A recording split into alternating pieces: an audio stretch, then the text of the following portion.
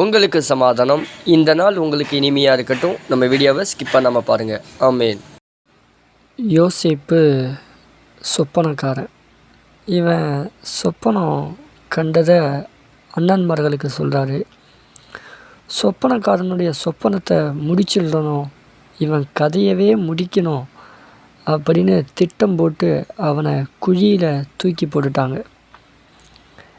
இவன் சும்மா ஒரு சின்ன முருதகாய், இவன் என்ன பண்ண போகிறான் அப்படின்னு நினச்சி ஆமான் அவனை அற்பமாக நினச்சி அவனுக்கு விரோதமாக சதித்திட்டம் தீட்டினார்.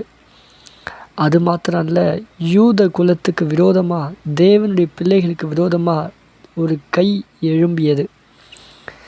அன்பான சகோதரர்களே, இந்த நாளிலும் நான் ஒருத்தந்தான் இருக்கிறேன், என்னால் என்ன பண்ண முடியும்? நான் ஒருத்தந்தான் இருக்கிறேன், என்னை கொண்டு என்ன செய்ய முடியும்? நிச்சயம் உங்களை கொண்டு பெரிய காரியங்களை கர்த்தர் செய்வார். வேதம் அருமையாக சொல்கிறது, உனக்கு விரோதமாய் உருவாக்கப்படும் எந்த ஆயுதமும் வாய்க்காதே போகும். தன்னுடைய சகோதரர்கள் தூக்கி போட்டாலும் ஒரு யோசேப்பை கொண்டு எகிப்துக்கு மாத்திரமல்ல, யாக்கோபின் பிள்ளைகளையும் கர்த்தர் போஷிக்க வைத்தார்.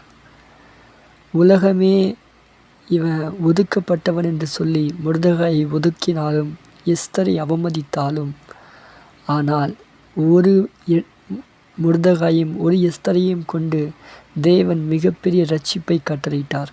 நம்ம சிறு கூட்டமாக இருக்கலாம், கர்த்தர் நிச்சயம் நம்மை ஆசீர்வதித்து வழிநடத்த வல்லவராக இருக்கிறார்.